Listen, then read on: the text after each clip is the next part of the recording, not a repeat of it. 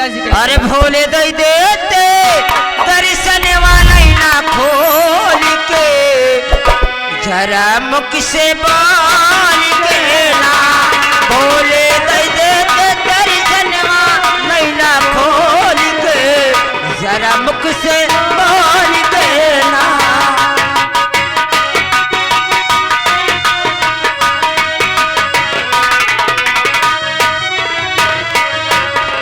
Hello दई देते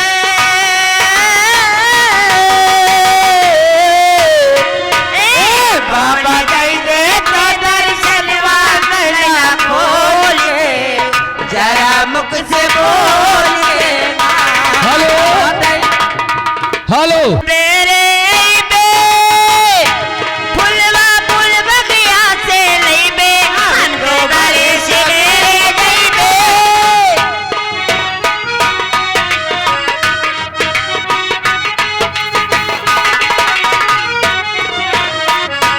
हम तो बड़े सवेरे जईबे रख बगिया से फूल लईबे। हेलो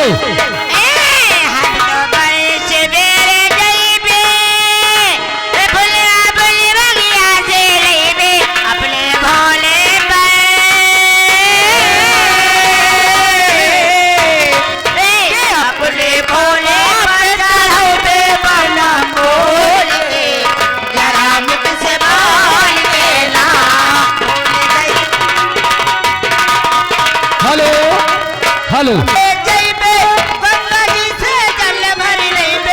हम तो बड़े सवेरे जईबे।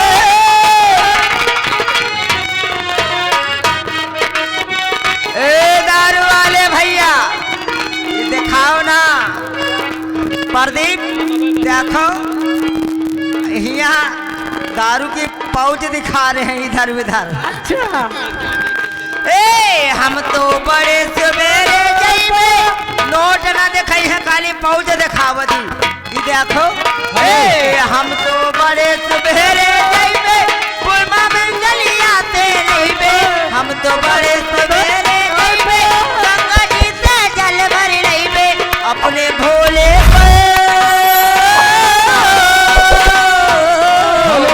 ए अपने भोले पर चढ़ो बे हरि हरि बोल के जरा मुख से